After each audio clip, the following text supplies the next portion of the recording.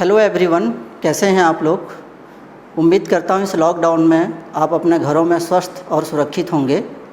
My self Ajay Kumar भोई और हम 12th physics का वीडियो बनाने जा रहे हैं और हम कोशिश करेंगे कि अच्छा वीडियो बनाएं ताकि आपको अच्छा कंटेंट उपलब्ध हो। 12th फिजिक्स में तो सबसे ज़्यादा जो मार्क कवर करता है वो है इलेक्ट्रिसिटी। इलेक्ट्रिसिटी जो टॉपिक है वो सबसे ज़्यादा नंबर उसमें से ही आते हैं। और इलेक्ट्रिसिटी के अंतर्गत दो चीज़ें होती हैं, एक तो है इलेक्ट्रोडायनेमिक्स और दूसरा है इलेक्ट्रोस्टैटिक्स। इलेक्ट्रोडायनेमिक में उस चार्ज का अध्ययन किया जाता है जो मूविंग है, जो गतिशील चार्ज है, उसका अध्ययन इलेक्ट्रोडायनेमिक के अंतर्गत किया जाता है। इलेक्ट्रोस्टैटिक में स्थिर आवेश का अध्ययन किया जाता है। जब चार्ज जो है स्थिर रहता है तब जब उसका अध्ययन करते हैं तो हम उसको कहते हैं इलेक्ट्रोस्टैटिक। इलेक्ट्रोस्टैटिक के अंतर्गत बहुत सारी घटनाएं होती हैं जिसको आपने अपने जीवन में महसूस किया होगा। जैसे सर्द रातों में जब हम रात को सोते हैं तो शॉल या कंबल ओढ़ के जब हम सोए रहते हैं और हमारा नाखून जो है अचानक से कंबल या शॉल से टकराता है तो एक झरझराहट सी उत्पन्न होती है, एक चिंगारी से उत्पन्न होती है। उसके अलावा बरसात के दिनों में जब बादल टकराता है तो एक जो बिजली जो गिरती है या बिजली जो चमकती है, ये सारी जो घटनाएं हैं ये इलेक्ट्रोस्टैटिक के अंतर्गत आती हैं। तो आइए हम कुछ प्रयोग करते हैं और इलेक्ट्रोस्टैटिक को हम समझने की कोशिश करते हैं। हमारे पास प्लास्टिक्स की पाइप है, इसको इस तरह से हम रब करते हैं। अब रब करने के बाद इसमें बैलेंस करके रख देते हैं। अब इसको भी रब करते हैं।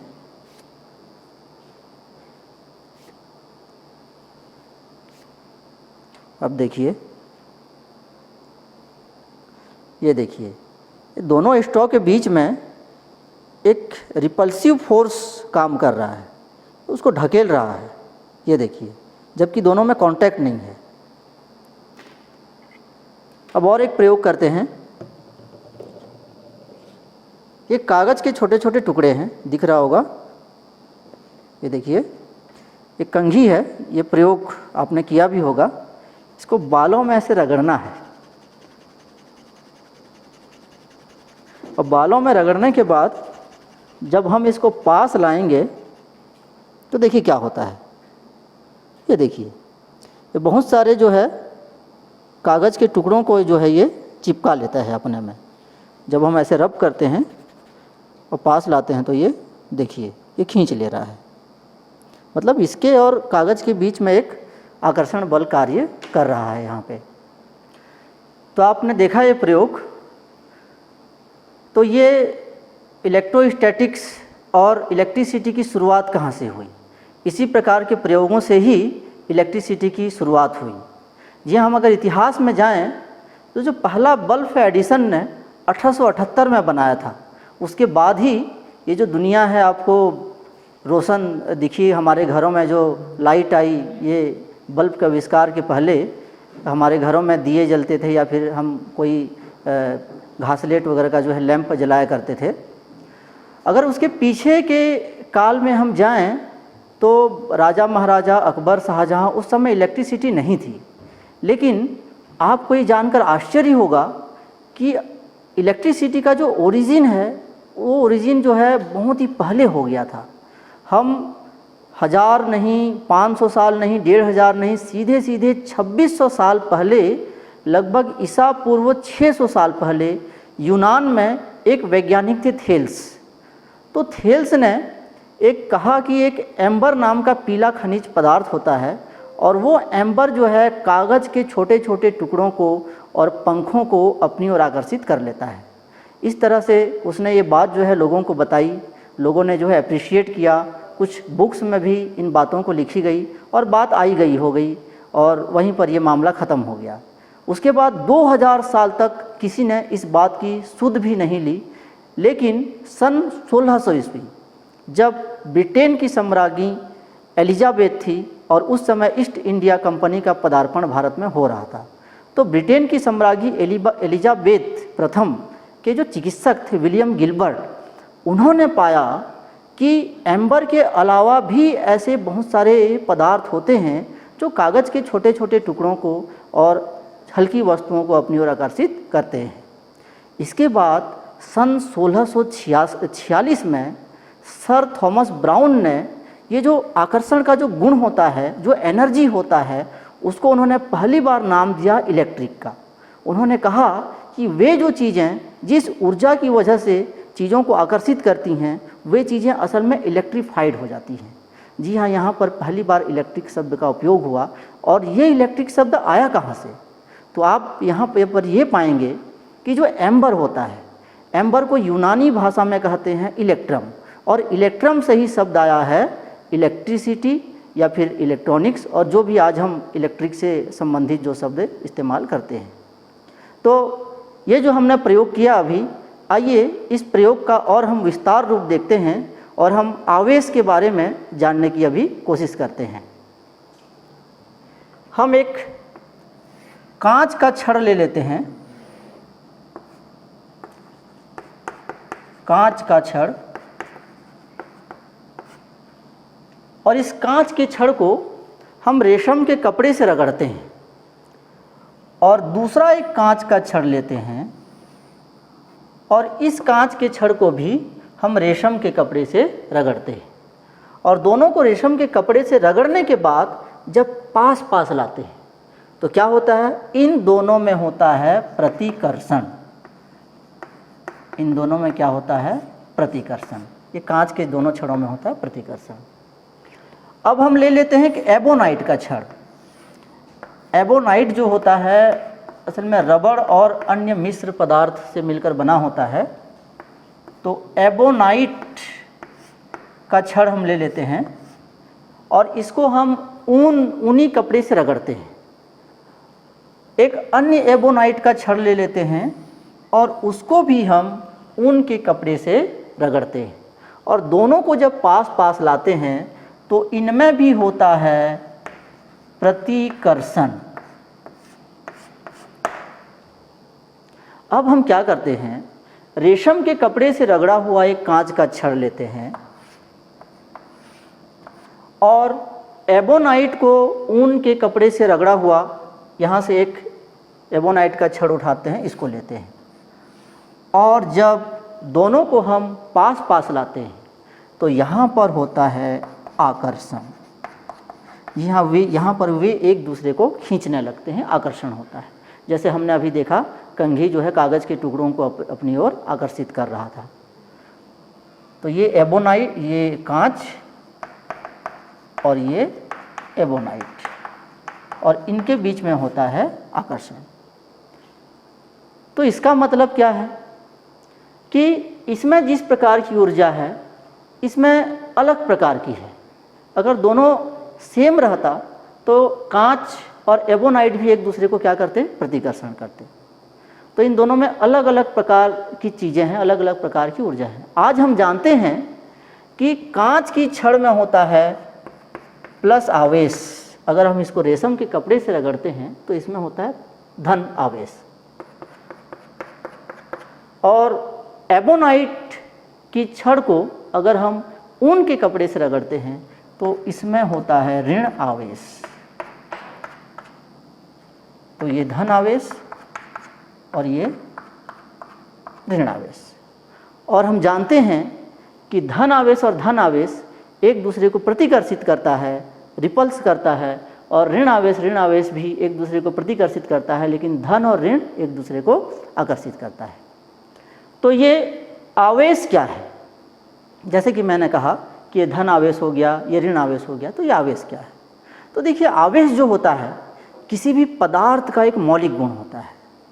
पदार्थ का मौलिक गुण कहने का मतलब हर पदार्थ किससे बना हुआ है? पदार्थ बना हुआ है परमाणु से। परमाणु किससे बना है?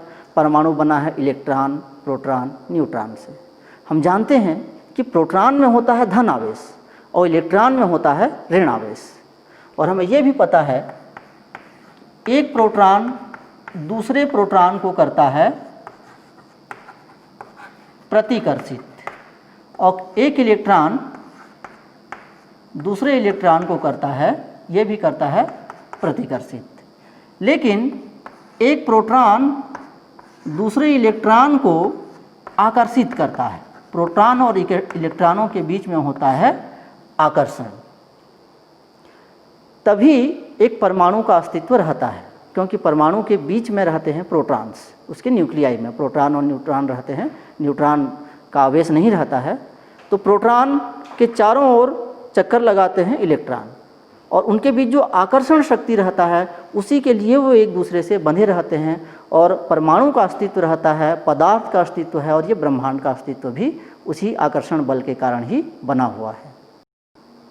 तो मैंने कहा कि प्रोटॉन में प्लस आवेश होता है, इलेक्ट्रॉन में ऋण आवेश होता है, लेकिन आप सोच रहे होंगे कि भाई ये कांच में धन आवेश और ये एबोनाइट की छड़ में ऋण आवेश कहाँ से आया, ये तो पदार्थ हैं, इसमें आवेश कैसे आया। तो देखिए, हर पदार्थ जो है वो परमाणु से मिलकर बना है, और हर परमाणु में जो है इलेक्ट्रॉन और प्रोटॉन होते हैं, लेकिन परमाणु का एक गुण ये भी होता है कि उसमें जितने भी प्रोटॉन होते हैं उसमें उतना ही इलेक्ट्रॉन होता है। तो इस प्रकार से हर परमाणु जो है वैद्युत रूप से अनावेशित होता है, उसका कुल आवेश 0 होता है। लेकिन उसमें आवेश आता कैसे है, इस बात को हम यहाँ पर समझने की कोशिश करते हैं।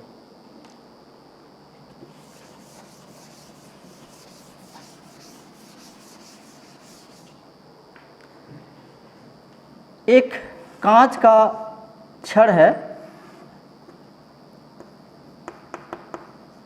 अब कांच के छड़ में बहुत सारे परमाणु होंगे, बहुत सारे परमाणु में बहुत सारे इलेक्ट्रॉन और प्रोटॉन होंगे।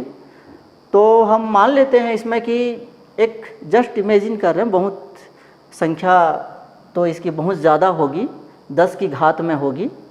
तो हम मान लेते हैं कि 100 प्रोटॉन है और 100 इलेक्ट्रॉन है, बस मान रहे हैं हम लोग, वैसे इसमें बहुत ज़्यादा होगा, 100 प्रोटॉन 100 इलेक्ट्रॉन।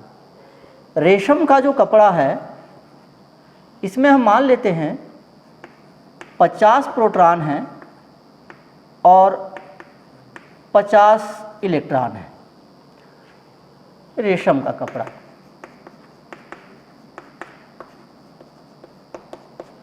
तो इसमें कुल आवेश हो गया 0, इसमें भी कुल आवेश हो गया 0। अब क्या करते हैं, कांच के छड़ को रेशम के कपड़े से हम रब करते हैं, और रब करने के बाद क्या होगा, कांच रेशम का कपड़ा।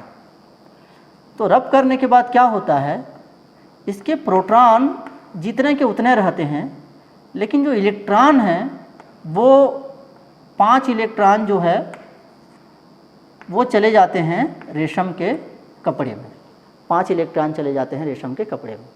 तो इसमें 100 प्रोटॉन और 95 इलेक्ट्रॉन। इसमें प्रोटॉन जितने के उतने रहेंगे, लेकिन जो इलेक्ट्रॉन है ये हो जाएंगे 55। अब इसमें 55 इलेक्ट्रॉन हो गए। तो इसमें आवेश कितना हुआ, 100 ऋण 95 बराबर +5। अब इसमें आवेश कितना हुआ, 50 ऋण 55 बराबर ऋण 5। तो इस तरह से हम देखेंगे, ये जो है धन 5 आवेश हो जाएगा, और ये जो है ऋण 5 आवेश हो जाएगा। ये धन 5 आवेश, ये ऋण 5 आवेश, 2 3 ये 6 हो गया।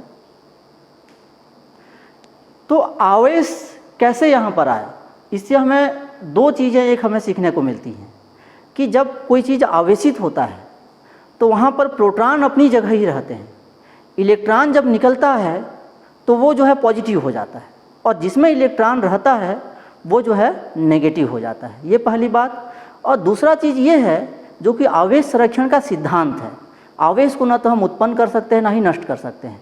देखिए, इसमें जितना आवेश था, यहाँ से आवेश यहाँ गया, ये इलेक्ट्रॉन यहाँ गया, और इसमें इलेक्ट्रॉनों की कमी हुई, इसमें इलेक्ट्रॉनों की बढ़ोतरी हुई। अगर आप इसको पुनः सबको जोड़ेंगे तो फिर से यहाँ जितना था यहाँ भी पुनः ही उतना ही आएगा। आवेश न तो हम उत्पन्न कर सकते हैं, ना ही उसको हम नष्ट कर सकते हैं। ये भी यहाँ पर ये प्रूफ होता है। यहाँ पर 5 की कमी हुई, यहाँ पर -5 की बढ़ोतरी हुई। 5 की कमी हुई इसीलिए यहाँ पर +5 हुआ, यहाँ पर -5 की बढ़ोतरी हुई इसीलिए यहाँ पर -5 हुआ। तो इसी तरह से जो है चीज़ें आवेशित होती हैं।